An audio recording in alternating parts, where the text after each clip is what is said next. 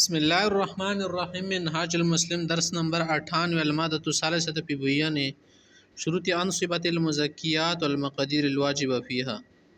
جو مختلف نصاب ہیں نا ان کے لیے کیا شرائط ہے وہ چیزیں اور ان کی جو نصاب ہے اور ان کے لیے جو شرطیں ہیں جو مقدار ان میں واجب ہوتی ہیں وہ کیا ہیں۔ النقدان وفی معناہما الذهب، نقدی سونا چاندی کو بولتے جو اس کے برابر یعنی جو کیا ہے اوراق مالیہ ہے، نوٹ وغیرہ۔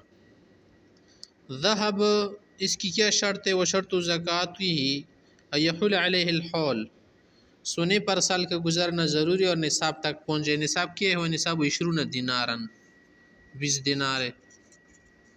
اور اس میں کیا واجب ہے؟ ربع العشر، عشر کا چوتھائی حصہ یعنی 40واں حصہ۔ ففی کل 20 دینار، ہر 20 دینار میں کیا ہے؟ نصف دینار، و مزاد فبحسابہ قل و کسر، یہ ترتیب ہے۔ 20 مسقال وغیرہ کا لفظ بھی آیا ہے نا۔ دوسری چیز الفدہ، تو جو نقدی ہے چاندی ہے اس کے لیے 20 سال شرط ہے۔ وہ بلوغ النصاب کا ذهب، نصاب بھی اسی طرح سے ہے۔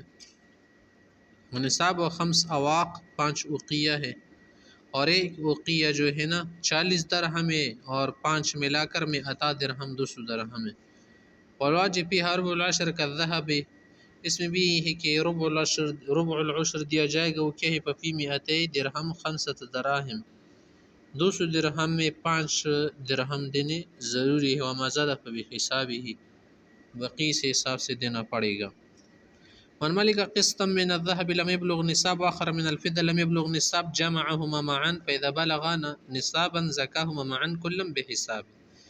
اگر سونا نصاب کو نہیں پہنچ رہا اور چاندی نہیں پہنچ رہے تو پھر دونوں کو ملا کر جو حصہ بن جائے نصاب کا اسی کے مطابق جمع کر کے نکال دے۔ جیسے کہ پیغمبر علیہ السلام کے متعلق آیا ہے کہ ضم الذهب الى الفضة والفضة الى الذهب، سونا چاندی اور چاندی سونے کے ساتھ ملا کر پھر دونوں سے زکوٰۃ نکال دیے۔ کمن یجزی اخراج احد النقدین عن الاخر، ایک کا دوسرے کی طرف سے ادا کرنا بھی صحیح ہے۔ مثلا سونا اتنا آ رہا ہے نا، اس کے بدلے میں چاندی نکال دے جو قیمت بنتی ہیں۔ تو اگر ایک شخص پر دینار واجب ہے مثلا، تو اس کے لیے جائز ہے کہ 1 دینار کے بدلے 10 دراہم کیا کر دے؟ ادا کر دے۔ اسی طرح سے اگر 10 دراہم آتے اس پر تو 1 دینار بدلے میں نکال سکتا ہے۔ جیسے کہ اوراق مالیہ کے متعلق کہتے مصنف صاحب کہ ان کی زکوٰۃ بھی جو ہے نقدین کی طرح ادا کی جاتی ہے، ربع عشر۔